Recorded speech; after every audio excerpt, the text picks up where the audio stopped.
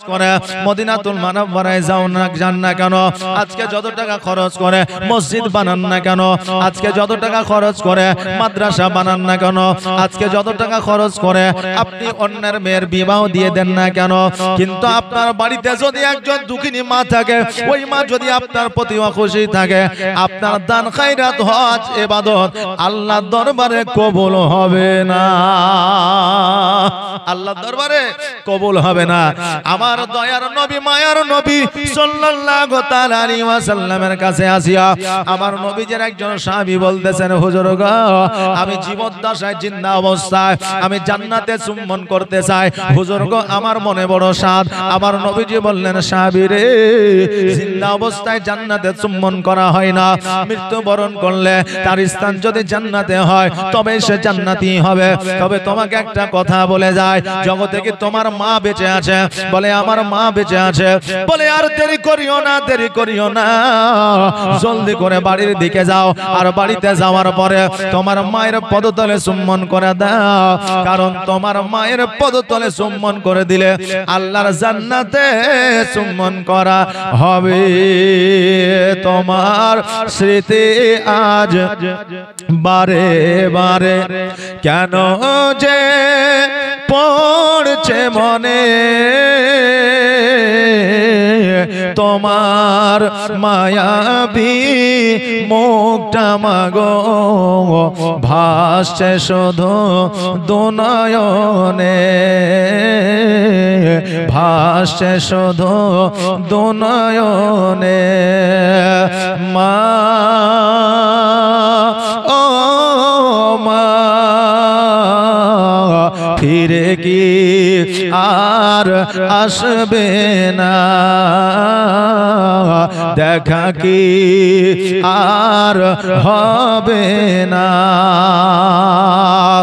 আদর সোহাগার ভালোবাসায় ভরিয়ে দিতে মাগো তুমি আমায়। আজ তুমি কোথায় হারিয়ে গেলে, আজ তুমি কোথায় হারিয়ে গেলে, একবারও কি আমায় পড়ে না মনে, তোমার স্মৃতি আজ বারে বারে কেন যে পড়ছে মনে, তোমার মায়াবী মুখটা মাগো ভাসছে শুধু দুনয়নে, ভাসছে শুধু দুনয়নে। মা যাদের জগৎ থেকে বিদায় নিয়ে অন্ধকার কবরে চলে গেছে রে,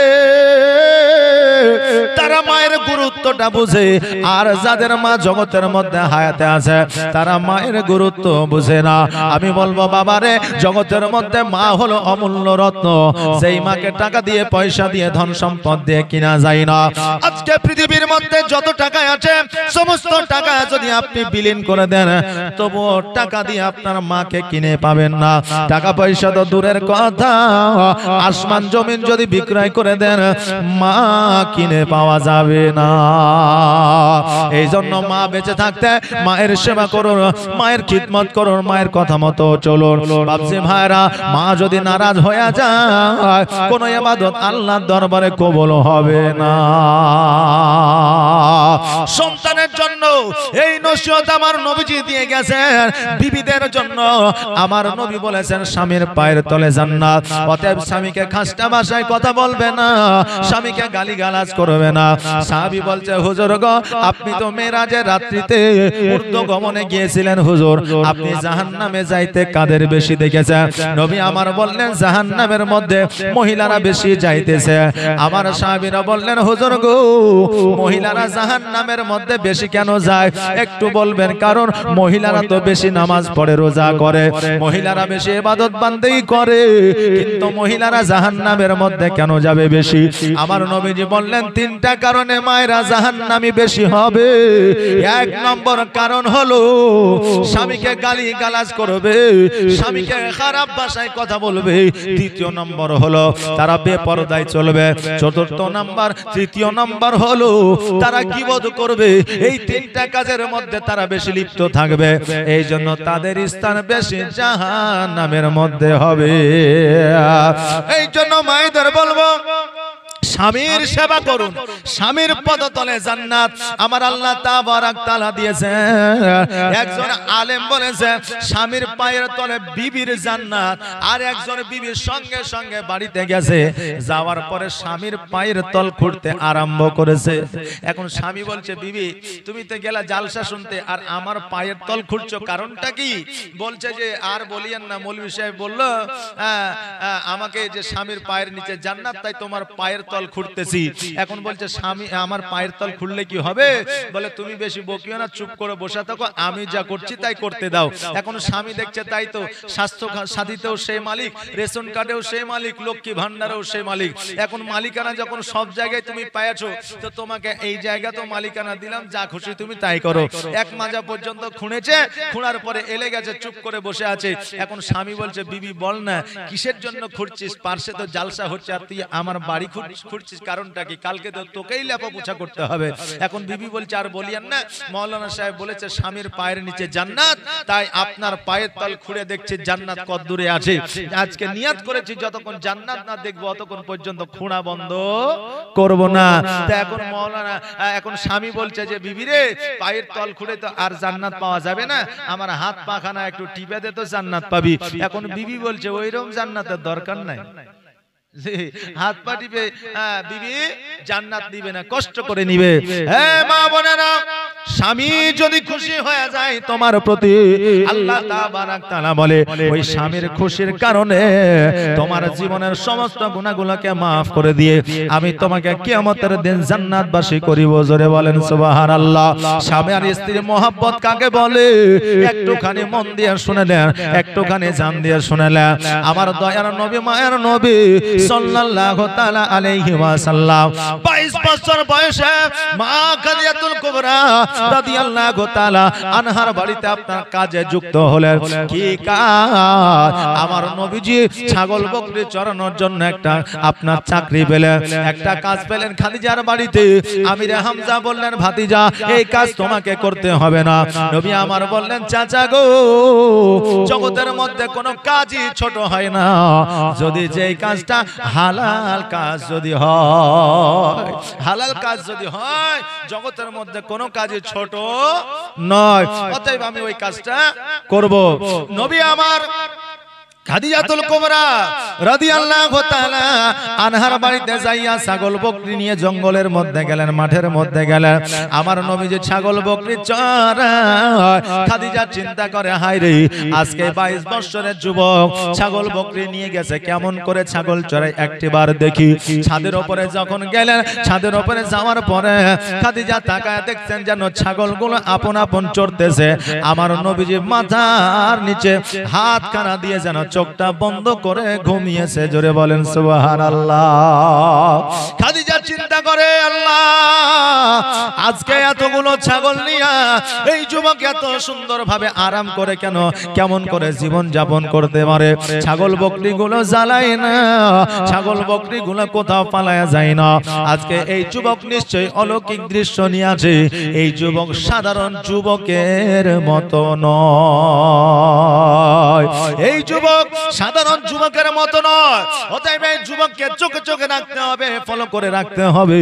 আমার নবী যে ছাগলগুলো নিয়ে যখন বাড়িতে আসলেন, যে খাদিজার ছাগলের জীবনে কোনোদিন পেট পূরণ হতো না, ওই ছাগলগুলো এত চরণ করেছে পেটগুলো পূরণ হয়ে গেছে। খাদিজা বলল মুহাম্মদ আজকে এত ঘাস তো মাঠে না, তবু এই ছাগলের পেট পূরণ কেমন করে হইল?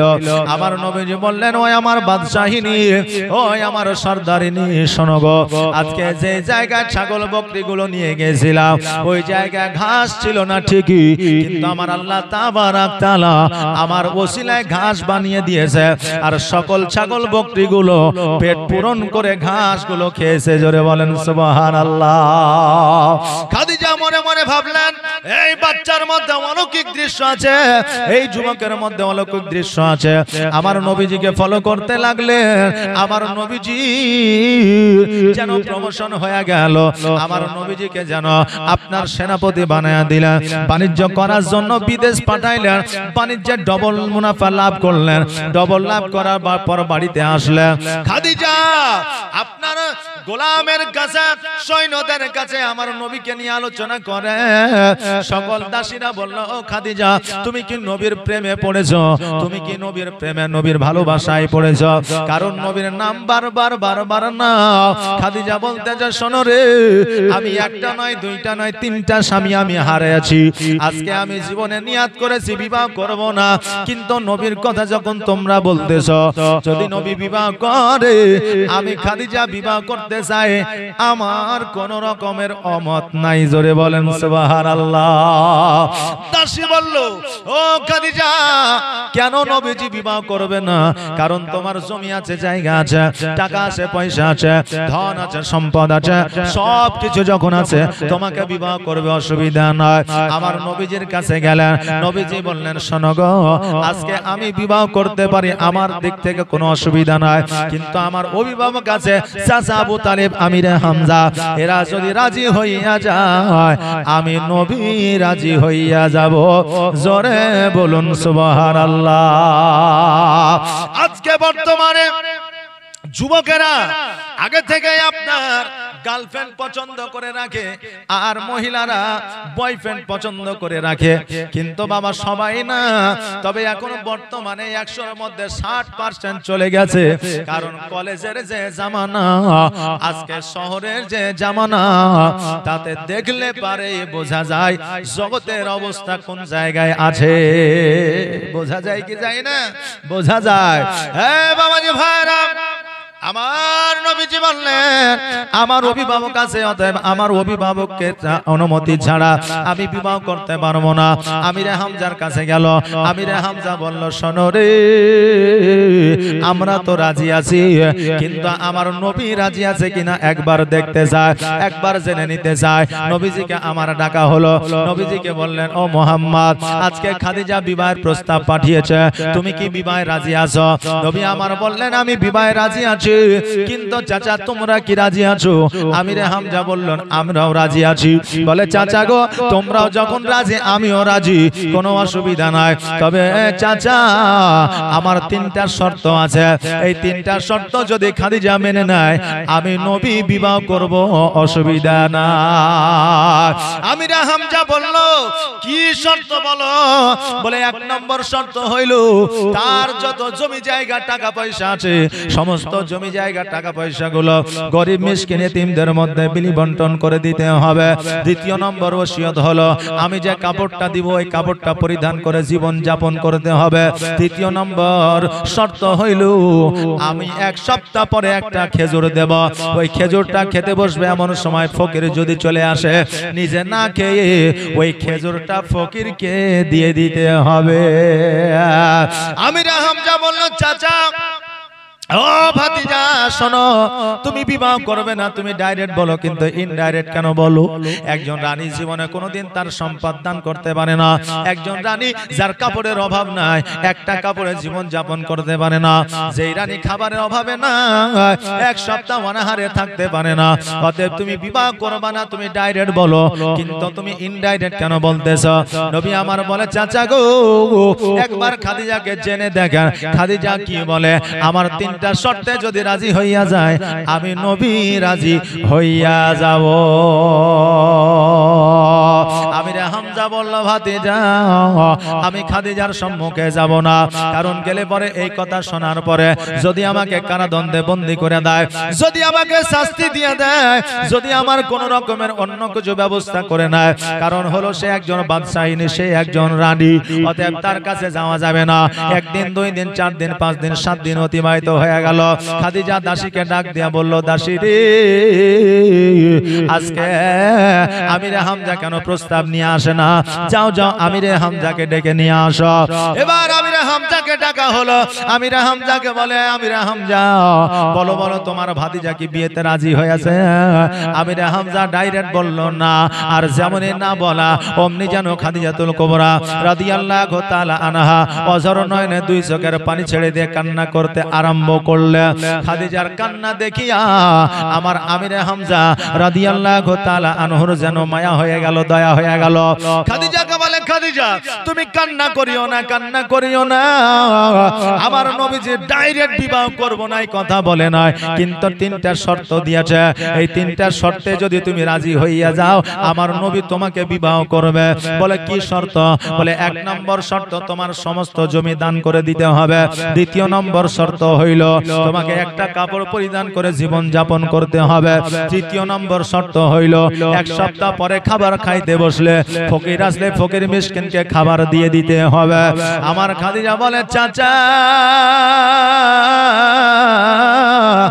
আর কোন শর্ত আছে কি বলেন? বলে আর কোন শর্ত না।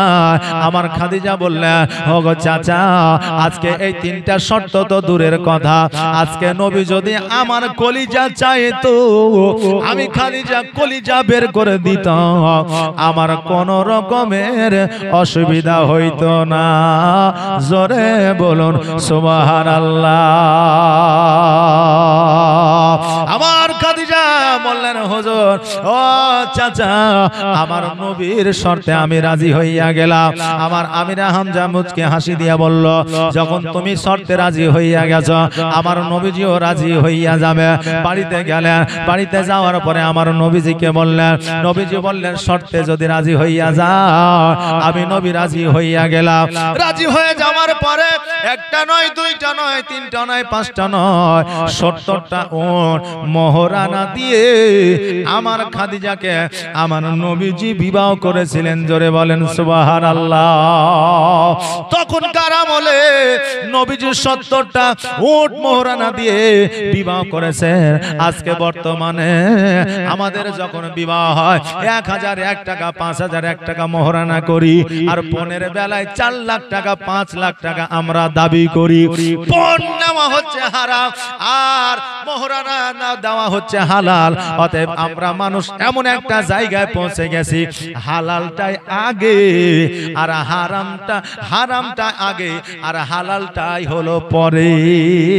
বিবাহের দিন করতে গিয়ে বলছে তাহলে মোহরানাটা করেন, বলে মোহরানাটা বাদ দেন, আগে লেনদেনটা আগে ঠিক করে নেন, তারপরে মোহরানাটা হচ্ছে। কিন্তু লেনদেনটা তো হারাম, ওটাই মানুষের আগে, আর যেটা হালাল সেটা পরে। আজকে যারা হালাল কর্মে লিপ্ত আছে তারা সিনা চওড়া করে আপনার এলাকায় ঘুরে বেড়াচ্ছে, সমাজের তারা নেতা হয়েছে, মোড়ল হয়েছে। কিন্তু আজকে বর্তমানে যারা সঠিকভাবে হালাল ব্যবসা করে, বাদাম বিক্রি করে, মুড়ি বিক্রি করে, মাথায় আপনার ঝালমুড়ি নিয়ে রাস্তায় পথে ঘুরে বেড়ায়, তারা হালাল পথে উপার্জন করে। আজকে তারা লজ্জা করে, আমি তো গরিব মানুষ, 2 পয়সা রোজগার করি, কোথায় যাব কি করব? কিন্তু তারাই তো হালাল পথে আছে। জোরে বলেন সুবহানাল্লাহ। বাবজি ভাইরা, তাই আমরা বর্তমানে এমন একটা জায়গায় পৌঁছে গেছি যে জায়গায় হারামের কাজ করে আমরা সিনা চওড়া করে ঘুরি, আর হারামের দিকে আমরা আগিয়ে আর হালাল কাজের দিকে আমরা পিছিয়ে। বাবাজি ভাইরা, আমার নবীজি 70টা উট মোহরানা দিয়ে খাদিজাকে বিবাহ করলেন। বিবাহ করার পরে রাত্রিবেলায় প্রথম রাত্রি স্বামী আর স্ত্রী একই বিছানায়, খাদিজাতুল কুবরা রাদিয়াল্লাহু তাআলা আনহা আমার নবীজির জাং মুবারকের উপরে মাথা দিয়েছে, আর আমার নবীজি যেন মাথা মুবারকটা নাড়তেছে।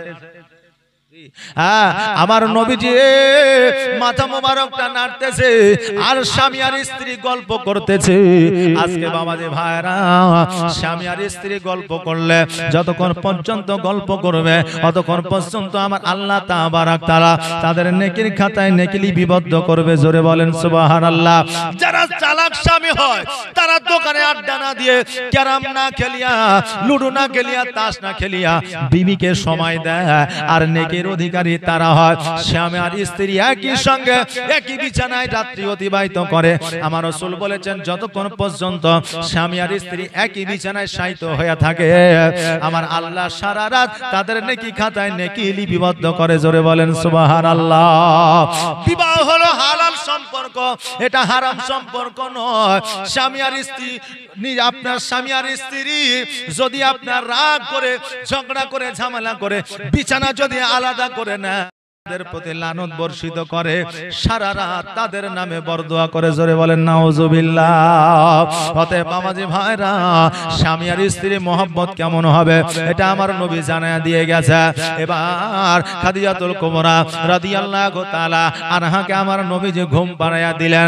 আজকে বর্তমানে বাবাজি ভাইরা, আজকে যদি স্বামী আর স্ত্রী একই সঙ্গে যদি থাকে, স্ত্রী স্বামীর সেবা করবে, যদি স্ত্রীর মাথা যন্ত্রণা করে, যদি স্ত্রীর কোনো অসুবিধা হয়, স্বামীকেও কিন্তু ওই স্ত্রীর আপনার অসুবিধাটা দেখতে হবে। নিজে যদি মনে করে আমি তো স্বামী, আমি কি দেখব, আমি তো নেতা, আমি তো মহানেতা, এটা বললে হবে না। কারণ আমার নবীজি খাদিজার অসুখ বিসুখে সময় অসময়ে আমার নবীজি সর্বদা সাথ দিয়েছে। জোরে বলেন সুবহানাল্লাহ। খাদিজা ঘুমিয়ে গেছে, আমার নবীজি ওই খাদিজার ঘর থেকে বাহির হইয়া আমার নবীজি যেন নিজের রাস্তার দিকে আপনার এগোতে আরম্ভ করেছে। যখন মধ্যরাত্রি হয়ে গেছে, খাদিজা বিছানা থেকে উঠে গেছে। উঠে যাওয়ার পরে ডান দিকে হাত দেয় নবী নাই, বাম দিকে হাত দেয় নবী না। আমার খাদিজা চিন্তা করে, আল্লাহ গো, আমার নবী রাত্রি বেলায় কোথায় গেল?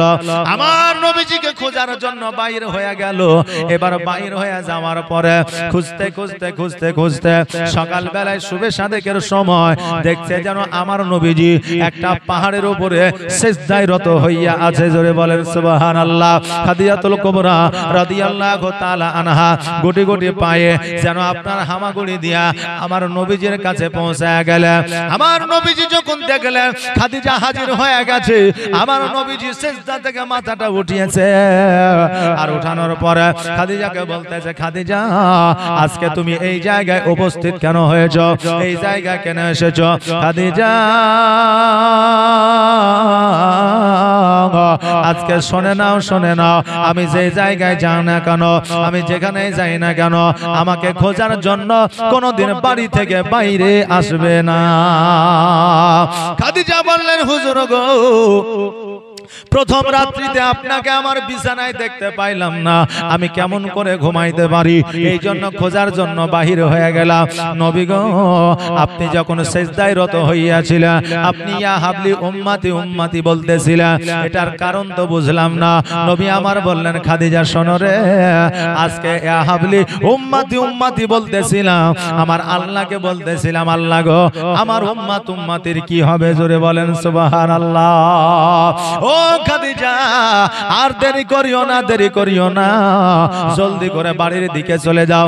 খাদিজা যখন দ্বন্দ্বা ঈমান হইলে, এবার দ্বন্দ্বা ঈমান হওয়ার পরে এবার খাদিজা যেন একটু আহা করে উঠলে।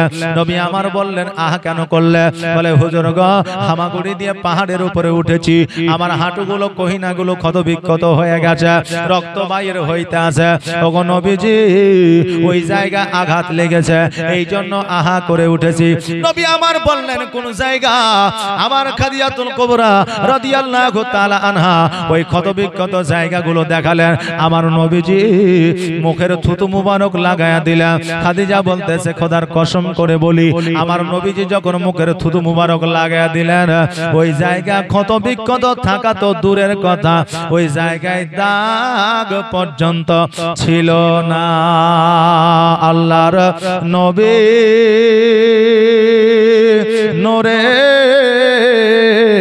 নবী গো আপনি নবী আমার আজীবনের জীবন আপনি আমার জীবন সাথী অন্ধকার কবরের বাতি আপনি আমার জীবন সাথী অন্ধকার কবরের বাতি আপনি নবী আমার নির্জনের একজন আল্লাহর নবী নূরের নবী গো আপনি নবী আমার আজীবনের জীবন আর দেখে আপনার মজেজা ভাগবতী হয় খাদিজা আর দেখে আপনার মজেজা ভাগবতী হয় খাদিজা সপে দিল নবী আজীবন আর মরণ আল্লাহর নবী নূরের নবী গো আপনি নবী আমার আজীবনের জীবন আপনি আমার জীবন সাথী অন্ধকার কবরের বাতি আপনি নবী আমার আজীবনের জীবন আল্লাহর নবী নূরের নবী গো আপনি নবী আমার আজীবনের জীবন ও বাবা যে ভাইরা আমার খাদিজাতুল কুবরা রাদিয়াল্লাহু তাআলা আনহা যখন বাবা বাড়ির দিকে চলে আসলেন রাত প্রসাদের দিকে চলে আসলেন সকাল হইল আমার নবীজি ওই রাত প্রসাদ থেকে যখন বাড়ির দিকে আপনার চলতে আরম্ভ করলেন মক্কা নগরের মানুষেরা বলতেছে দেখ রে দেখ আজকে ইতিম সন্তান যার বাপ নাই মা নাই যার জমি নাই জায়গা নাই আজকে খাদিজাকে বিবাহ করে তার সমস্ত সম্পদের মালিকানা নিয়েছে আজকে নবী বড় লোক হয়েছে ধনী ব্যক্তি হয়েছে নবী আমার দুই চোখের পানি ছেড়ে দিয়ে বলে আল্লাহ আজকে যদি আমার দাদা বেঁচে থাকতো এই রকম কথা মক্কাবাসীরা বলতে পারতো না আজকে যদি আমার আব্বা বেঁচে থাকতো আজকে মক্কাবাসীরা এই কথা বলতে পারতো না ওগো আল্লাহ আজকে আমি এতিম আজকে মক্কাবাসীরা বলতেছে আল্লাহ গো আজকে তাদেরকে তুমি বলার ক্ষমতা দিয়েছো তাই বলতেছে নবী আমার দুই চোখের পানি ছেড়ে দিয়ে খাদিজার দরবারে গেলেন যাওয়ার পরে একটা জীর্ণ কুটির ঘরে বসে বসে আমার নবীজি দুই চোখের পানি ছেড়ে দিয়ে অঝর নয়নে যেন কান্না করতে আরম্ভ করেছে খাদিজা বলতেছে ইয়া রাসূলুল্লাহ ইয়া হাবিবাল্লাহ নবী গো আজকে আপনি অঝর নয়নে কেন কান্না করতেছে ওগো নবীজি আপনার চোখের পানি আমরা সহ্য করতে পারি না আমি খাদিজা আপনার চোখে পানি দেখলে আমার কলিজাটা জ্বলে যায় ওগো নবী আপনার চোখে পানি দেখলে আমার অন্তরটা কেঁপে যায় ইয়া রাসূলুল্লাহ আপনি কেন কাঁদেন আমাকে বলে আমার নবীজি বলে খাদিজা আজকে কি তোমার সম্পদগুলো বিলি বন্টন করতে পারবে না খাদিজা বললেন হুজুর আমার সম্পদ তো দূরের কথা আজকে আপনার যদি প্রয়োজন হয় আমি খাদিজা আমার শরীরের সমস্ত চামড়াগুলো আপনার পদতলে বিছায়া দিতে পারি জোরে বলেন সুবহানাল্লাহ আমার নবী বললেন খাদিজা আর দেরি করিও না জলদি করে সমস্ত সম্পদগুলো তুমি ফকির মিসকিন এতিমের মধ্যে বিলি বন্টন করে দাও খাদিজা সমস্ত সম্পদগুলো ফকির মিসকিন এতিমদের মধ্যে বিলি বন্টন করে দিলেন কারণ আমার নবীজি বলেছেন এতিমকে যদি টাকা দিয়ে পয়সা দিয়ে ধন দিয়ে সম্পদ দিয়ে যদি সহযোগিতা না করতে পারো এতিমের মাথায় একবার হাত বুলাইয়া দাও আমার আল্লাহ ওই এতিমের মাথায় হাত বুলাইয়া দেওয়ার কারণে একটা মাকবুল হজের সব দান করবে জোরে বলেন সুবহানাল্লাহ আমি এতিম হয়ে কাঁদি না কেন তোমরা বলতে পারো আমি এতিম হয়ে কাঁদি না কেন তোমরা বলতে পারো এতিম ছিলেন আমার নবী এতিম আমিও আমি এতিম হয়ে কাঁদি না কেন তোমরা বলতে পারো আমি এতিম হয়ে কাঁদি না কেন তোমরা বলতে পারো এতিম ছিলেন আমার নবী এতিম আমিও নেই বাবা মা আমার নেই যে বাড়ি ঘর নেই বাবা মা আমার নেই যে বাড়ি ঘর আমার মতো কপাল পোড়া নেই তো ভাবে আর তবু মনে নিয়ে সান্ত্বনা কাটাই দিন রাত তবু মনে নিয়ে যন্ত্রণা কাটাই দিন রাত এতিম ছিলেন আমার নবী হযরত মুহাম্মদ এতিম ছিলেন আমার নবী হযরত মুহাম্মদ আমি এতিম হয়ে কাঁদি না কেন তোমরা বলতে পারো আমি এতিম হয়ে কাঁদি না কেন তোমরা বলতে পারো এতিম ছিলেন আমার নবী এতিম আমিও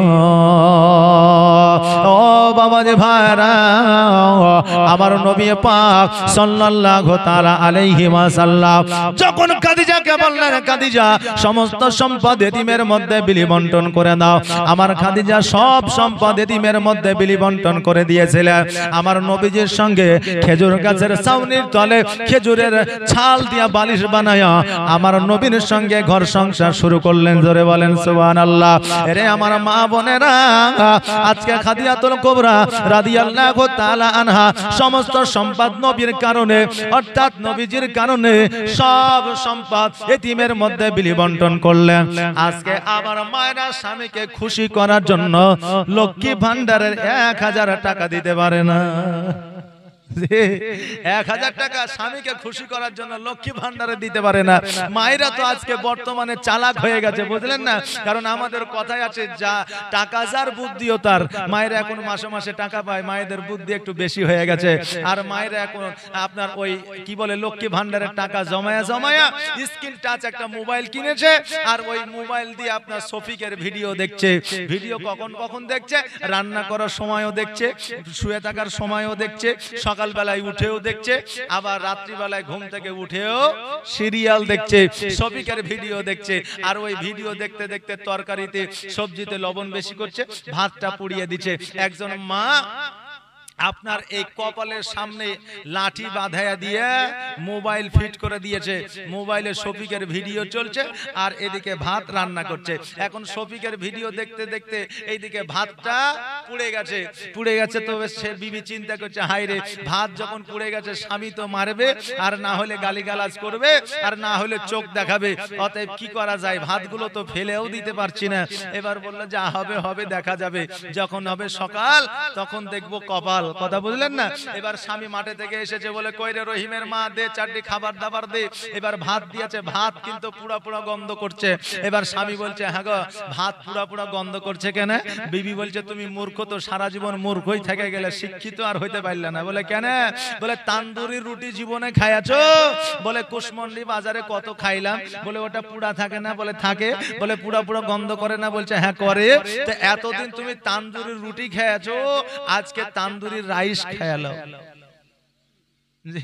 আজকে তান্দুরি রাইস খেলাও এখন স্বামী দেখছে তাই তোরে বিবি তো কষ্ট করে তান্দুরি রাইস বানিয়েছে তো তান্দুরি রাইস আমি খেয়েলি বাবজি ভাইরা এখন বিবিরা চালা কেমন হয়েছে হাতে আপনার বেলুন বেলুন বুঝেন তো হাতে বেলুন আর হাতে আটা লাগিয়ে এখন স্বামীকে বলছে কটা খাবা এখন স্বামী বলছে বেলুন না রুটি হাতে নিয়ে বলছে কটা খাবা তো স্বামী বলছে বেলুন না রুটি আরে রুটি তো বলছে বেলুনটা নামিয়ে বলো বেলুনটা নামিয়ে বলো মায়েরা আমার এখন চালা গেছে মা বোনেরা আজকে লক্ষ্মী ভান্ডারের টাকা তো দূরের কথা স্বামী যদি চায় তো তোমার কাছে যাবতীয় যাহা কিছু আছে তোমার স্বামীর জন্য উজাড় করে দিতে হবে। জোরে বলেন সুবহানাল্লাহ। কারণ স্বামী তোমার কাছে অমূল্য রত্ন। কারণ স্বামী যতদিন আছে ততদিন তোমার মান আছে, সম্মান আছে, ইজ্জত আছে। স্বামী যদি না থাকে বাপের বাড়িতেও তোমার সম্মান ইজ্জত থাকবে না। আর তুমি যদি মনে করো যে আমার স্বামী তো আছেই আছে, তার সাথে সাথে আমার যে সুন্দর চেহারা, আমার যে সুন্দর যৌবন, তাতে অনেক পুরুষ আমার পিছে লেগে আছে। ও মা, আজকে তোমার স্বামী বিনা স্বার্থে তোমার ভরণ পোষণ করতে আছে, কিন্তু যেই যুবক তোমার পিছনে লেগে আছে ওই একমাত্র তোমাকে ভক্ষণ করার উদ্দেশ্যে আছে, তোমাকে ভরণ পোষণ করার উদ্দেশ্যে নয়। অতএব ওই যুবককে বাদ দিয়ে, আপনার পুরুষকে বাদ দিয়ে স্বামীর প্রতি গুরুত্ব দেন। কারণ একমাত্র তোমার যদি কেউ খেয়াল রাখতে পারে তো সে একজন স্বামী। জোরে বলেন সুবহানাল্লাহ। অতএব এই স্বামীর আমানত যারা, এই স্বামীর আমানতে যারা খেয়ানত করে, কিয়ামতের দিন তার নসিবে জান্নাত জুটবে না, জুটবে না, জুটবে না। জোরে বলেন নাউজুবিল্লাহ। হে বাবাজি ভাইরা, যেটা আমি বলছিলাম, আমার খাদিজাতুল কুবরা রাদিয়াল্লাহু তাআলা আনহা সমস্ত সম্পদ আমার নবীর জন্য দান করে দিলেন।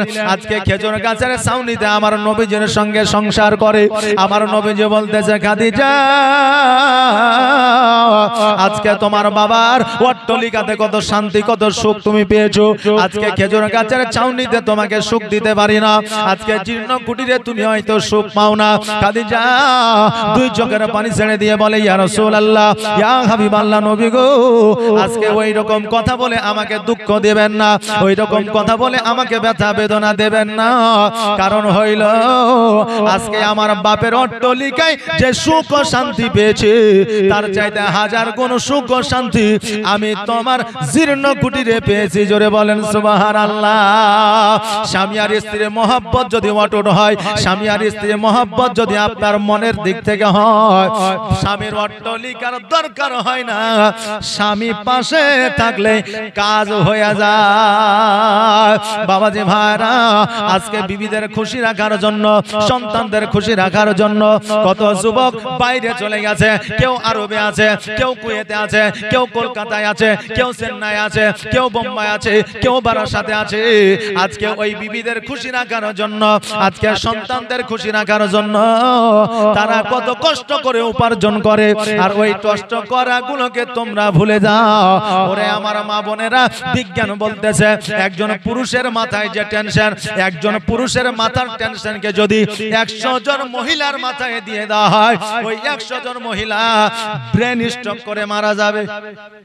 একটা পুরুষের মাথায় যে টেনশন 100টা মহিলার মাথায় যদি দেওয়া হয় তো ওই 100টা মহিলায় ব্রেন স্ট্রোক হয়ে মারা যাবে, এটা বিজ্ঞান বলছে। অতএব মা, সাবধান হয়ে যাও, জীবনে স্বামীর সঙ্গে দুর্ব্যবহার করবে না।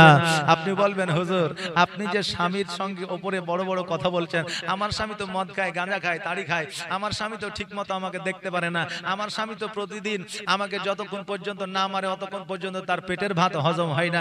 আর ওই স্বামীর সম্পর্কে আপনি এত বলছেন, এটা আমার কথা নয়, এটা শরীয়তের কথা, এটা মারেফতের কথা, এটা আমার রাসূলের কথা। তোমার স্বামী যতই খারাপ হোক, এর একমাত্র কল কবজা তোমার হাতেই, একমাত্র কল কবজা তোমার হাতে। বলে কেমন করে? আজকে তোমার স্বামী খারাপ, মোড়লের কাছে গিয়ে প্রকাশ করলে তোমার স্বামী হেদায়েত হবে না। আজকে আলেমের কাছে প্রকাশ করলে তোমার স্বামী হেদায়েত হবে না। বিচার ডেকে বসে যদি তুমি তোমার স্বামীর বিচার করো, তোমার স্বামী হেদায়েত হবে না। 5 ওয়াক্ত নামাজ পড়ো, তাহাজ্জুদের নামাজ পড়ে আল্লাহর দরবারে হাত দুখানা উত্তোলন করো, আল্লাহকে বলো, আল্লাহ গো, আজকে আমার স্বামী মদখোর, গাঁজাখোর, জুয়াখোর, আমাকে দেখতে পারে না, আমার প্রতি মহব্বত নাই, আল্লাহ তুমি আমার স্বামীকে হেদায়েত করো। আল্লাহ বলছে, বান্দা, তোমার ওই ছেঁড়া আঁচলটা তুলিয়া যখন আমার কাছে দোয়া করো, আমি আল্লাহ তোমার দোয়াকে ফিরায় দিই না। মা, তোমার দোয়া তাহাজ্জুদের নামাজের পরে আল্লাহ কবুল করবে। আর আল্লাহ যদি তোমার দোয়া কবুল করে নাই তো তোমার স্বামীকে হেদায়েত করে দিবে। আর তোমার স্বামী যদি হেদায়েত হয়ে যায়, তোমার এই পৃথিবীতেও মঙ্গল হয়ে যাবে, পরের পৃথিবীতেও মঙ্গল হয়ে যাবে। কিন্তু আমার মায়েরা কি তা করে? আমার মায়েরা তা করে না। স্বামী যদি খারাপ হয় পার্শ্বে অন্য মহিলার কাছে যে গল্প করে, আর জানিস বুবু তোর স্বামীটা খুব ভালো, কারণ তোর স্বামী তোকে প্রতিদিন গোস্ত নিয়ে এসে দেয়, মাছ নিয়ে এসে দেয়, কত কত চাইনিজ খাবার নিয়ে এসে দেয়, আর আমার স্বামী তো মাস পার হয়ে গেল একদিন গোস্ত নিয়ে আসে না। এমন মিনসে কপালে জুটেছে যে আমার জীবনটা ছারখার হয়ে গেল। এই কথাতেই আল্লাহ সবচেয়ে বেশি নারাজ হয়, জোরে বলে নাউজুবিল্লাহ। যেই মহিলা বলে যে তোমাকে বিবাহ করে আমার জীবনটা বরবাদ হয়ে গেল, ওই কথার কারণে একজন স্বামীর মন চূর্ণ বিচূর্ণ হয়ে যায়। আর স্বামীর মন যখন চূর্ণ বিচূর্ণ হয়ে যায় তখন আল্লাহ তাবারক তাআলা পর্যন্ত নারাজ হয়ে যায়। আর আল্লাহ যখন নারাজ হয়ে যায়, কাল কিয়ামতের দিনে ওই নারীকে জাহান্নামের মধ্যে আপনার নিক্ষেপ করা হবে। জোরে বলেন সুবহানাল্লাহ। অতএব সাবধান, হুঁশিয়ার বাপজি ভাইরা। আমার খাদিজাতুল কুবরা রাদিয়াল্লাহু তাআলা আনহা আমার নবীজির সঙ্গে সংসার জীবন শুরু করলেন। নবী আমার ইসলামের প্রচার ও প্রসার করতে গিয়েছে। দুপুর বেলায় ধরা রৌদ্রতে বাড়ির মধ্যে এসেছে। আসার পরে দেখছে যেন আমার খাদিজাতুল কুবরা রাদিয়াল্লাহু তাআলা আনহা যেন বাবা আপনার রান্না করতেছে। এখন রান্নার সুবিধা কতই না সুবিধা, গ্যাসের ব্যবস্থা, ঘরের মধ্যে রান্না বান্না হয়। যদি বেশি গরম লাগে হাওয়া ফ্যান লাগায়া দিই যাতে কোনো রকমের তাপমাত্রা না হয়, যদিও তাও বেশি হয় তবে আমরা ঝড় ফ্যানটা লাগায়া দিই যাতে আমাদের শরীরে হাওয়াটা লাগে, ঘাম যেন ঝরে না যায়। কত রকম অত্যাধুনিক ব্যবস্থা, কিন্তু সেই আমলে আগুন আর লকড়ি ছাড়া কোনো ব্যবস্থা ছিল না। আমার খাদিজা রান্না করতেছে, আমার নবীজি ইসলামের প্রচার ও প্রসার করে যেন আপনার বাড়িতে প্রবেশ করেছে। নবী আমার বলতেছে খাদিজা তুমি অনেকক্ষণ পর্যন্ত রান্না করেছো আগুনের কাছে, আজকে তুমি এলে গেছো, পেরেশানি হয়ে গেছো। খাদিজা আজকে তুমি উঠোনের মধ্যে গিয়ে বসো, ছাওয়ার মধ্যে যায় বসো, আমি নবী তোমার রান্নাটা করে দিই। জোরে বলেন সুবহানাল্লাহ। খাদিজা বললেন হুজুর গো আপনি তো ইসলামের প্রচার ও প্রসার করে আসলেন, আপনিও তো পেরেশানির মধ্যে আছেন, অতএব হুজুর আজকে আপনি ছাওয়ার মধ্যে বসেন, ঘরের মধ্যে বসেন, আমি রান্নাটা করি। আমার নবী বললেন খাদিজা আজকে তুমিও কষ্ট করতেছো, আমিও কষ্ট করেছি, অতএব আমি একাই নয় তুমি একাই নও, আসো আসো তুমি উনুনে জালটা দাও আর আমি রান্নাটা করি। জোরে বলেন সুবহানাল্লাহ। দুইজনে মিলে রান্না করব। এখন যদি কোনো পুরুষ বিবির সঙ্গে যদি গোশতটা রান্না করে, বিবির সঙ্গে যদি ডালটা রান্না করে, বিবির সঙ্গে যদি একটু রান্নায় সহযোগিতা করে, তো দেখবেন কোন মানুষ যদি দেখেলে বলবে এ বান্দা বউয়ের গোলাম হয়েছে। বলবে না বলবে না? আজকাল আলেম ওলামা দেশের যদি ইমাম হয় তো দেখবেন মাঠে যখন কাজকর্ম করে তখন কোন মানুষ আছে, সবাই না, কোন মানুষ আছে বলে হারে আমাদের ইমাম সাহেব মানুষ মাঠে কেন কাজ করবে? বলে কি বলে না যে ইমাম মানুষ মাঠে কেন কাজ করবে? ওই ইমাম আমাদের বাদশার মতো থাকবে, কিন্তু মসজিদে যায় ওই সর্বপ্রথম অর্ডার করে মৌলভী সাহেব আপনি এত দেরি করে কেন আসলেন, একটু জলদি করে আসতে পারলেন না? আপনাদের গ্রামে হয়তো নাই, কিন্তু অনেক জায়গাতে আছে, কথা বুঝলেন না? তো ওই লোকটাই বলে যে মাঠে কেন কাজ করবে। আচ্ছা কাজ করা কি হারাম? জি কাজ করা হারাম? কাজ করা হচ্ছে আমার নবীজির সুন্নাত। কারণ বাবাজি আমার নবীজি খেজুর গাছে পানি দিয়েছে। আমি বিদেশি মৌলবি, যদি পছন্দ না হয়, যদি মনে করেন যে না এই মৌলবি কি বলছে বুঝতে পারছি না, আপনার পাশে আলেম আছে জিজ্ঞাসা করবেন। আমার নবীজি নিজ হাতে খেজুর গাছে পানি দিয়েছেন, খেজুর গাছ ছাঁটাই করেছেন, পরিষ্কার করেছেন। আমার নবীজি ছাগল বকরি চড়িয়েছেন, উট দুম্বা চড়িয়েছেন। আমার নবী নিজেই কাজ করেছেন। আমি একজন আলেম হইয়া কেন কাজ করতে পারি না? আমার জন্য কাজ করা হলো আমার নবীর সুন্নাত। ও বাবাজি ভাইরা, ওই আমার মা বোনেরা, যেই দিকে আমি বলতেছিলাম আসেন একটু যাই। আমার দয়ার নবী মায়ার নবী সাল্লাল্লাহু তাআলা আলাইহি ওয়াসাল্লাম খাদিজার সঙ্গে রান্না বান্না করতে আরম্ভ করলেন। পরে আমার মা বোনেরা স্বামীর সঙ্গে এমন ব্যবহার দেখাও যাতে স্বামী খুশি হয়ে যায়। স্বামীকে বলবো বিবির সঙ্গে এমন ব্যবহার দেখাও যাতে বিবি খুশি হইয়া যায়, যাতে বিবি খুশি হয়ে যায়। এই মা এমন আচরণ স্বামীর সঙ্গে দেখাও, তুমি মৃত্যুবরণ করলে তোমার স্বামী যাতে বলে বিবি রে আজকে তুমি মৃত্যুবরণ করলে, চলে গেলে জগৎ থেকে, আমার জন্য তুমি অপেক্ষা করো, আমিও একদিন না একদিন জগৎ থেকে বিদায় নিয়ে তোমার কাছে আসতেছি। জোরে বলেন সুবহানাল্লাহ। আর তুমি যদি দুর্ব্যবহার করো, স্বামীকে যদি সঠিক জায়গাতে না রাখো, স্বামীর সঙ্গে যদি ব্যবহার ভালো না করো, তুমি মারা গেলে স্বামী মনে করবে যে আমার কিছুই যায় আসে না। কিছুই যায় আসে না। কারণ হলো একজন বিবি হঠাৎ করে অজ্ঞান হয়ে গেছে, তার স্বামী তাড়াতাড়ি করে হাসপাতালে নিয়ে গেছে। হাসপাতালে নিয়ে যাওয়ার পরে ট্রিটমেন্ট করেছে। ট্রিটমেন্ট করার পরে ডাক্তারে বলেছে যে এই পেশেন্টটা মারা গেছে। অনেক সময় ভুল ট্রিটমেন্ট হয় কি হয় না? জি হয়। তো বললে এই পেশেন্টটা মারা গেছে। বাড়িতে নিয়ে এসছে। বাড়িতে নিয়ে আসার পরে গোসল বানিয়ে দিয়েছে, কাফন পরাইয়ে দিয়েছে, খাটলিতে নিয়েছে, কাঁধে নিয়েছে, চলতে আরম্ভ করেছে। আশহাদু আল্লা ইলাহা ইল্লাল্লাহ আশহাদু আন্না মুহাম্মাদান আবদুহু ওয়া রাসূলুহু পড়ছে আর চলে যাচ্ছে। চারমোহনী রাস্তায় গিয়ে আগের মানুষ পেছনে, পেছনের মানুষ আগে, খাটলিটা যেমনই তুলতে গেছে আর ওই খাটলিটা পোলের সঙ্গে ধাক্কা লেগে আপনার ওই মুর্দা ব্যক্তি জিন্দা হয়ে গেছে। মানে মারা তো যায়নি, অজ্ঞান ছিল, ডাক্তার ভুল ট্রিটমেন্ট করেছে, জিন্দা হয়ে গেছে। এবার তাড়াতাড়ি করে আবার পুনরায় হাসপাতালে নিয়ে যাওয়া হলো। হাসপাতালে ট্রিটমেন্ট অবস্থায় 15 দিন পরে আবার মারা গেল, আর বাঁচানো গেল না। এবার বাড়িতে নিয়ে এসে গোসল বানিয়ে কাফন পরায়া এবার খাটলি নিয়ে চলতে আরম্ভ করেছে। সবাই পেছে পেছে যায় আর স্বামী আগে আগে যায় আর বলছে পোল দেখে। আগে আগে যেছে আর বলছে পোল দেখে। এখন মানুষ বলছে যে হারে সবাই পেছে পেছে যাচ্ছে আর তুই আগে আগে যাচ্ছিস আর বলছিস পোল দেখে, কারণটা কি? ও বলছে শোন, এর আগে পোলে লেগে জিন্দা হয়ে গেছিল, এবারও যদি পোলে লেগে জিন্দা হয়ে যায় তা আমার জীবনের রফা দফা শেষ হয়ে যাবে। জি, তাহলে ও বিবিকে দেখে কত ভয় করে। এই মা, এমন আচরণ দেখাবেন না যে আচরণে স্বামী তোমার প্রতি অখুশি থাকে। চেষ্টা করবে স্বামী যেন সর্বসময় সর্বদা যাতে তোমার প্রতি খুশি থাকে। আল্লাহ তাবারক তাআলা যেন সেই তৌফিক দান করে। সকলে বলেন আমিন সুম্মা আমিন। বাবাজি ভাইরা, আমার মা খাদিজা রাদিয়াল্লাহু তাআলা আনহা স্বামী ছাড়া, নবী ছাড়া জীবনে কোনোদিন খাইতেন না। নবীজিকে সঙ্গে করে নিয়ে খাইতেন। আর আমার নবীজি সর্বদা বিবির প্রশংসা করতেন। খাদিজাকে বলতেন, খাদিজা আজকে তোমাকে বড় সুন্দর লাগে। খাদিজাকে বলতেন, খাদিজা আজকে তোমার পোশাকটা বড় সুন্দর লাগে। আমার নবীজি বলে, খাদিজা আজকে যে রান্নাটা করেছো, আজকে রান্নাটা বড় ভালো হয়েছে। বাবাজি, আজকে আপনি আপনার বিবির প্রশংসা করুন, কারণ আপনার বিবি যদি প্রশংসা করে আপনার বিবি খুশি হইয়া যায়। কারণ একজন বিবি স্বামীর কাছ থেকে কিছুই চাই না, একমাত্র ভালোবাসা আর ভালোবাসার কথা শুনতে চাই। জোরে বলেন সুবহানাল্লাহ। এক জায়গায় ওয়াজ করেছিলাম যে বিবিরা যে রান্না করে, রান্নার তুমি নাম করো। বিবিরা যে পোশাক পরে সেই পোশাকের প্রশংসা করো। এক যুবক নতুন বিবাহ করেছে, 10 বছর হয়েছে, বাড়িতে গেছে, জালসা শেষে রাত্রি বেলায় খেতে বসেছে, বিবি খাবার দিয়েছে।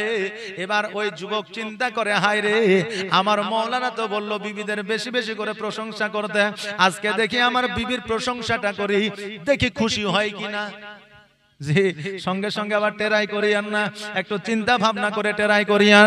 এবার বাবজি ভাইরা, ওই যুবক বলতেছে, বিবি রে আজকে যে আমাকে সবজিটা দিয়েছ, এই সবজিটা এত সুন্দর হয়েছে, আমাকে খেতে বড় ভালো লাগে। বিবির মুখ কান বুঝলেন বড় হয়ে যায়, চুপ করে বসে আছে। এখন বলছে যে হারে, মৌলবি তো বললে প্রশংসা করলে নাকি বিবিদের মনটা খুশি হয়ে যায়, তো তোর মনটা আবার বেকা হয়ে গেল কেন? এখন বিবি বলছে বেকা হবে না, আজকে 10 বছর বিয়ে হলো, আজও পর্যন্ত একদিনও তুমি আমার তরকারির বা সবজির প্রশংসা করেনি। আর আজকে যেই পাশের বাড়ির ভাবি আমাকে একটা সবজি দিয়ে গেছে, তোমাকে দিয়েছে আর অমনি প্রশংসা করতে লেগেছে, সবজিটা খুব ভালো হয়েছে। বাবজি ভাইরা, তা এখনই টেরাই করবেন না, আগে জানবেন, বুঝবেন, দেখবেন যে আসলে সবজিটা কি বিবির হাতের না অন্য কোনো বাড়ি থেকে এসছে, তারপরে প্রশংসাটা করিয়েন। বাবজি ভাইরা, তো বিবিদের প্রশংসা করলে বিবিরা খুশি হয়, বিবিদের প্রেম প্রীতি ভালোবাসা স্বামীর প্রতি আরো আপনার বৃদ্ধি পায়। আল্লাহ যেন সেই তৌফিক দান করে। সকলে বলেন আমিন সুম্মা আমিন।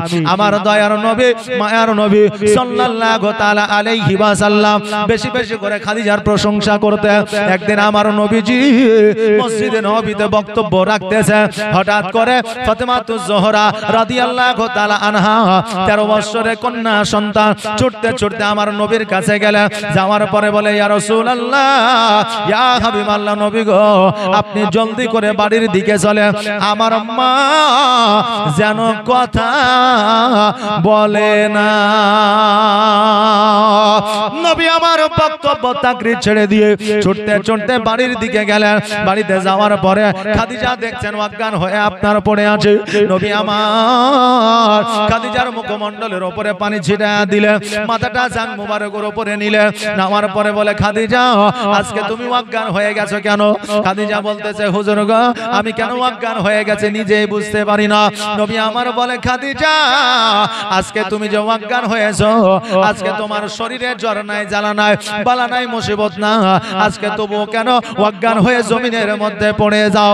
খাদিজা বলতেছে, হুজুর গো আমি নিজেও জানি আমার রোগ নাই, বালা নাই, মুসিবত নাই, তবুও অজ্ঞান হয়ে জমিনের মধ্যে পড়ে যায়।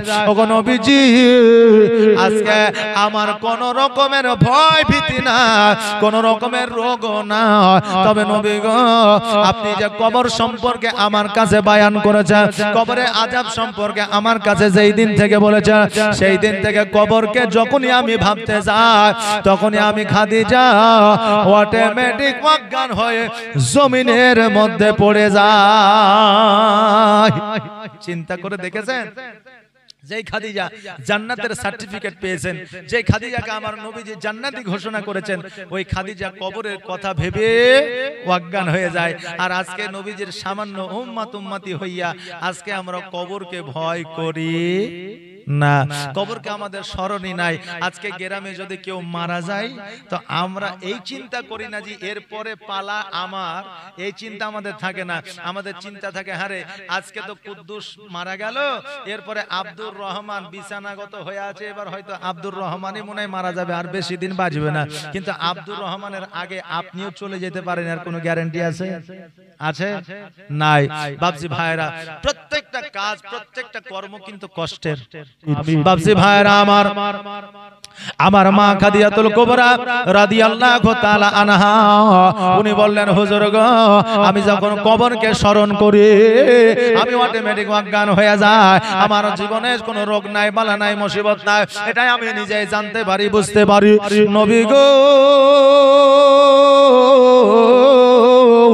আমি আর জগতের মধ্যে বেশি দিন থাকবো না, আমি জগৎ থেকে বিদায় নিয়ে কবরে চলে যাব। ইয়া রাসূলুল্লাহ, ইয়া হাবিবাল্লাহ, আজকে আপনি যখন আমাকে বিবাহ করেছিলেন আপনি আমাকে 3টা শর্ত দিয়েছিলেন, আজকে আমি ইন্তেকাল করে যাব। নবী গো আজকে আপনি আমাকে 3টা ওসিয়ত দেবেন, 3টা ওসিয়ত আমার পূরণ করবেন। নবী আমার বললেন, খাদিজা আজকে তোমার 3টা ওসিয়ত কি কি বলো? ও খাদিজা আজকে 3টা ওসিয়ত তো দূরের কথা, আজকে যদি 3000 ওসিয়ত চাও আমি নবীজি তোমার 3000 ওসিয়ত আমি নবী পূরণ করব। জোরে বলেন সুবহানাল্লাহ।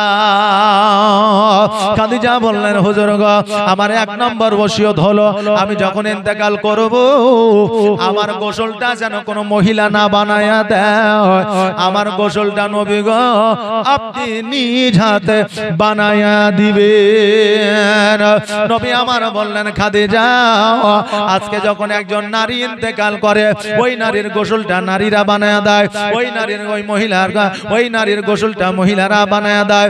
অতএব খাদিজা আজকে তোমার গোসলটা আমি কেন বানায়া দিব?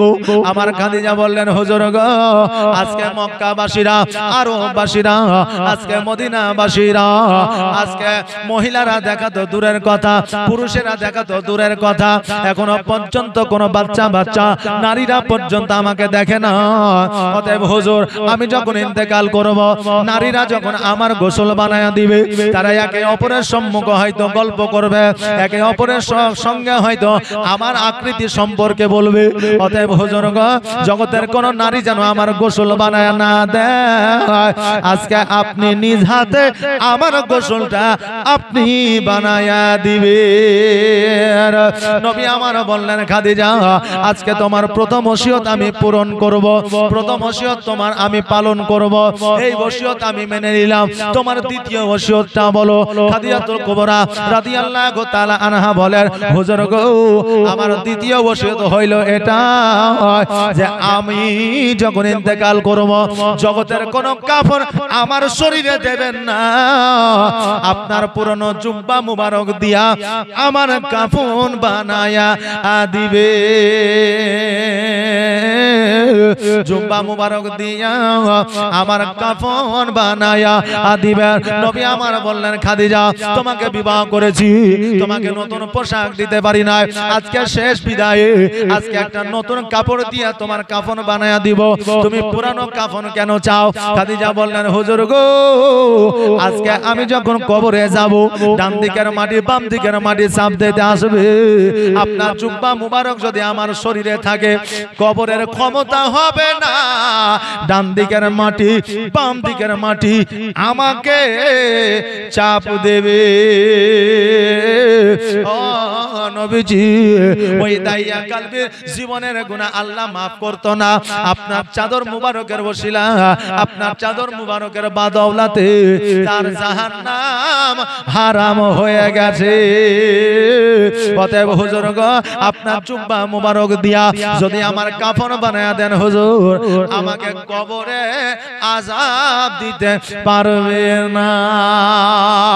যেই খাদিজা জান্নাতের সার্টিফিকেট পেয়েছে, ওই খাদিজা কবর দেখে এত ভয় পায়, আর আমরা বলে থাকি যখন যা হবে দেখা যাবে, কবরে গেলে বোঝা যাবে, এখন চিন্তা করার সময় নাই। বলে কি বলি না যে এখন চিন্তা করার সময় নাই, কবরে যখন যাব তখন ভাবা যাবে। কিন্তু বাবা, দুনিয়াটা তো আমাদের সীমিত সময়ের জন্য, কবরটাই তো আসল খেলা। যে কবরে আমাদের আসল খেলা, অতএব কবরে গেলে বলে অনেকে শান্তি পেয়ে যাব, কিন্তু কবরে একবার যাবেন তবে আপনি বুঝতে পারবেন, জানতে পারবেন যে কবর কি জিনিস, কবর কি জিনিস, কবর কি জিনিস। অতএব কবর নিয়ে ভাবেন। আমার নবীজি বলেছেন যে কবর নিয়ে প্রতিদিন 70 বার করে ভাবে, চিন্তা ভাবনা করে, আমার আল্লাহ তাবারাক তাআলা ওই বান্দাকে কিয়ামতের দিন শহীদের দরওয়াজা দান করে। জোরে বলেন সুবহানাল্লাহ। আর মরতে হবে একদিন, তোমায় ভুলে যেও না, হবে মাটির বিছানা গো তোমার আসল ঠিকানা, এ বাড়ি গাড়ি টাকা করে কিছুই রবে না, হবে মাটির বিছানা গো তোমার আসল ঠিকানা। আজরাইল ফারিস্তা যেদিন হাজির হবে এসে, আর চল চাতুরি যতই কর জানবে রবে শেষে। আজরাইল ফারিস্তা যেদিন হাজির হবে এসে, আর চল চাতুরি যতই কর জানবে রবে শেষে। আর চলবে না সেই দিন তোমার কোনই বাহানা গো, তুমি ভুলে যেও না,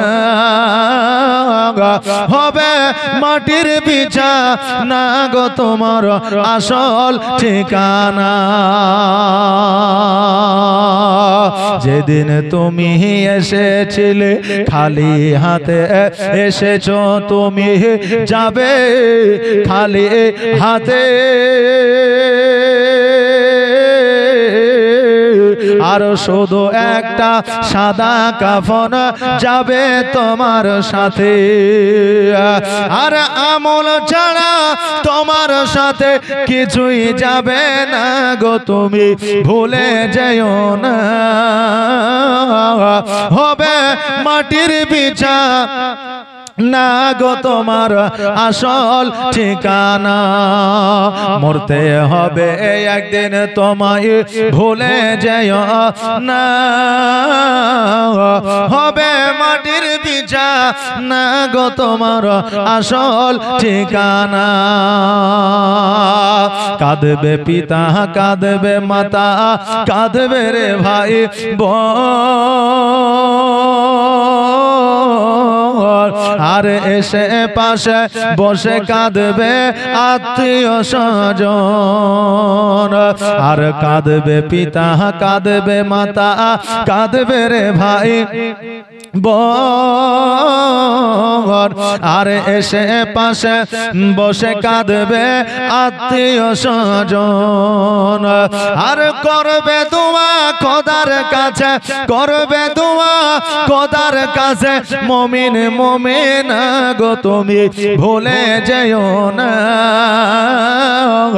হবে মাটির বিছানা গো তোমার আসল ঠিকানা মরতে হবে একদিন তোমায় ভুলে যেও না হবে মাটির বিছানা গো তোমার আসল ঠিকানা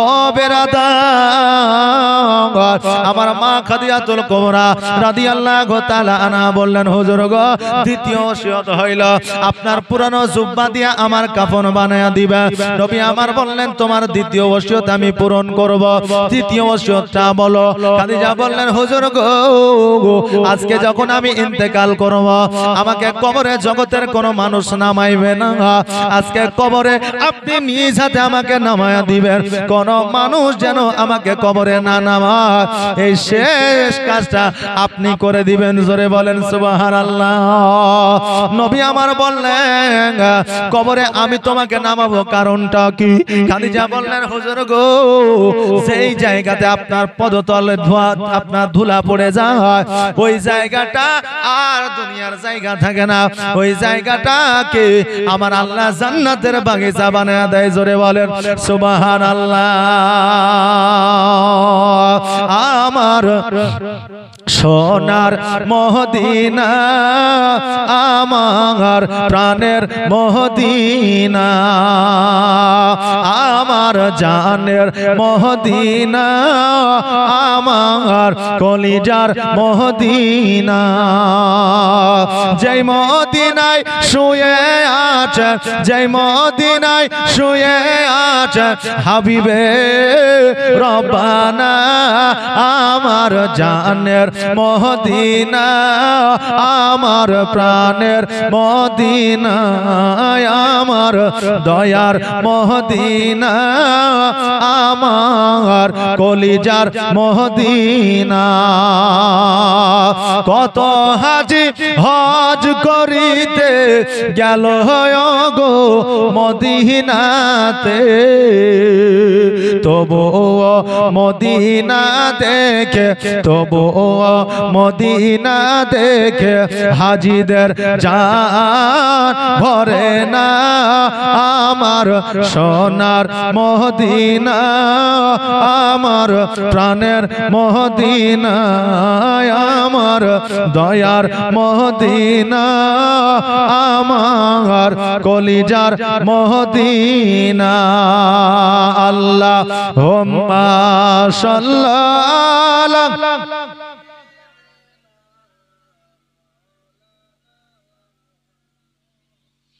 ওয়ালা আলে সাইয়্যিদিনা মোহাম্মদ ও বাবা রে ভাইরা আমার মায়েরা গো আমার খাদিজা তিনটা ওসিয়ত করলে আমার নবীজি তিনটা ওসিয়ত মেনে নিলেন বলে ঠিক আছে পূরণ করব একদিন হঠাৎ করে আমার খাদিজা ইহ জগৎ ছেড়ে পর জগৎ গমন করলেন আমার নবীজি খাদিজার কথা মোতাবেক আমার নবীজি গোসল বানায়া দিলেন আমার নবীজি নিজের জুব্বা মুবারক দিয়া আমার খাদিজার কাফন বানায়া দিলেন আমার নবীজি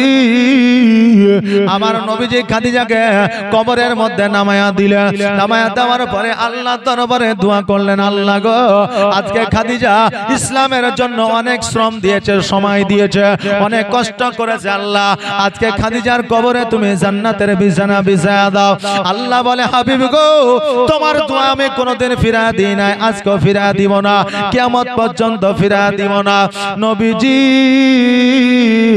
যাও যাও আমি খাদিজার কবরে জান্নাতের বিছানা বিছায়া দিলাম জোরে বলা যাবে না সুবহানাল্লাহ। ওই নবীজি জান্নাতের বিছানা বিছায়া দিয়া খাদিজার কবরে আপনার মাটি দিয়ে দিলেন, দাফন করে দিলেন। দাফন করে দেওয়ার পরে একদিন নয়, 2 দিন নয়, 3 দিন নয়, 4 দিন নয়, 5 দিন নয়, 7 দিন পর্যন্ত খাদিজার কবরের কাছে ছিল। ওই খাদিজার কবর থেকে আমার নবীজি কোন জায়গায় যায় না। আরে মা, ওই খাদিজা আমার নবীকে কত মহব্বত ভালোবাসা দিয়েছে। যেই নবীজি সারা জাহানের বাদশাহ, ওই খাদিজার কবর গা ছেড়ে 7 দিন পর্যন্ত কোন জায়গা যায় না। এই রকম ভালোবাসা যদি স্বামীদের দেওয়া হয়, ওই স্বামীরা একটা বিবিতে আকৃষ্ট থাকবে, পরকীয়ায় লিপ্ত হবে না। আজকে পরকীয়ার জন্য দায়ী কে? স্বামী এবং স্ত্রী। কথা বুঝলেন না? স্বামী স্ত্রী উভয় কিন্তু দায়ী। কারণ হলো এখন স্বামী যাচ্ছে অফিসে, স্বামী যাচ্ছে কাজে, স্ত্রী বিকেল বেলায় ফোন করছে যে দেখি স্বামী কি করছে, কাজে পৌঁছালো কিনা, কখন আসবে। ফোন করছে, বলছে হ্যালো কি ব্যাপার গো, কি করছো, বাড়ি আসবা না, কি ব্যাপার, না কতক্ষণ লাগবে, দেরি হবে নাকি, কি করছো, কাজ হচ্ছে না, খবরটা নেওয়ার জন্য ফোন করেছে। স্বামী ফোনটা রেগে ধরে, হ্যাঁ কি বলছো, এই সময় ফোন কেন, তুমি জানো না এই সময় কাজ করি, ফোন রাখো, কাজের সময় ফোন করে ডিস্টার্ব করিও না। স্বামী বলছে, এখন স্ত্রী মনটা খারাপ করে ফোনটা রেখে দিল, কারণ স্বামীর মুখ থেকে ভালো কথা শুনতে পেল না। আর যখন পরনারী ফোন করে, গার্লফ্রেন্ডে যখন ফোন করে, তখন ফোনটা ধরার পরে বলে, হ্যাঁ জানো, বলো সোনা, হ্যাঁ বলো, হ্যাঁ বলে কাজ করছো নাকি, হাজারো কাজ আছে, তবুও না কাজ নাই, কোনো অসুবিধা নেই, বলো অসুবিধা নেই, কাজও চলছে কথাও চলছে। আচ্ছা বলেন, ওই স্ত্রী যদি স্বামীর মুখ থেকে ভালো কথা না পায়, দেখবেন সবাই না, অনেক স্ত্রী ভালো কথা যেখানে পায় সেখানে কিন্তু আকৃষ্ট হয়ে যায়। এই জন্য অনেক নারী স্বামীর কারণে পরকীয়ায় লিপ্ত হয়। আর অনেক স্ত্রী দেখবেন স্বামীদের গুরুত্ব দেয় না, গুরুত্ব কম দেয়। এই জন্য অনেক স্বামী কিন্তু পরকীয়ায় লিপ্ত হয়। এই জন্য বর্তমানে স্বামী আর স্ত্রী 100-র মধ্যে 95% দায়ী স্বামী আর স্ত্রী। এই জন্য পরকীয়া এখন বেশি হয়। আল্লাহ তাবারাক তাআলা এই পরকীয়া থেকে যেন হেফাজত করে, সকলে বলেন আমিন সুম্মা আমিন। এমন ভালোবাসা জগতের মধ্যে দেন, কারণ আল্লাহ রাসূল সাল্লাল্লাহু তাআলা আলাইহি ওয়াসাল্লাম বলেছেন যে কিয়ামতের দিনে যদি জান্নাতে দেওয়া হয়, তো সর্বপ্রথম তার সঙ্গে সাক্ষাৎকারের জন্য দেওয়া হবে তার সঙ্গিনী এবং তার সঙ্গীকে। জোরে বলেন সুবহানাল্লাহ। বাপজি ভাইরা, আমার মায়েরা, আমার নবী পাক সাল্লাল্লাহু তাআলা আলাইহি ওয়াসাল্লাম যখন 7 দিন পর্যন্ত খাদিজার কবর গায়ের মধ্যে দাঁড়ায় আছে, আল্লাহ গায়েবে আওয়াজ দিয়ে বলে, হাবিব গো, আজকে যদি এইভাবে খাদিজার কবর গায়ের মধ্যে থাকে, আমি আল্লাহ দুনিয়া আর আগে আগাবো না। অতএব হাবিব, আমি দুনিয়া আর আগে দিব না, কিয়ামত এনে দিব। নবী আমার বলে, আল্লাহ গো, আজকে জগতের মধ্যে আমি রহমাতাল লিল আলামিন হয়ে এসেছি। আল্লাহ গো, ইসলামের প্রচার ও প্রসার করার জন্য এসেছি। অতএব ইসলামের প্রচার ও প্রসার করার জন্য আমি নবী এই জায়গা থেকে চলে গেলাম, কিয়ামত করার কোনো প্রয়োজন নাই। নবী আমার ইসলামের প্রচার ও প্রসার করলেন। ইসলামের প্রচার ও প্রসার করার পরে অনেক লম্বা ঘটনা আছে, অনেক কষ্টের কাহিনী আছে, অনেক যুদ্ধ আছে, জিহাদ আছে।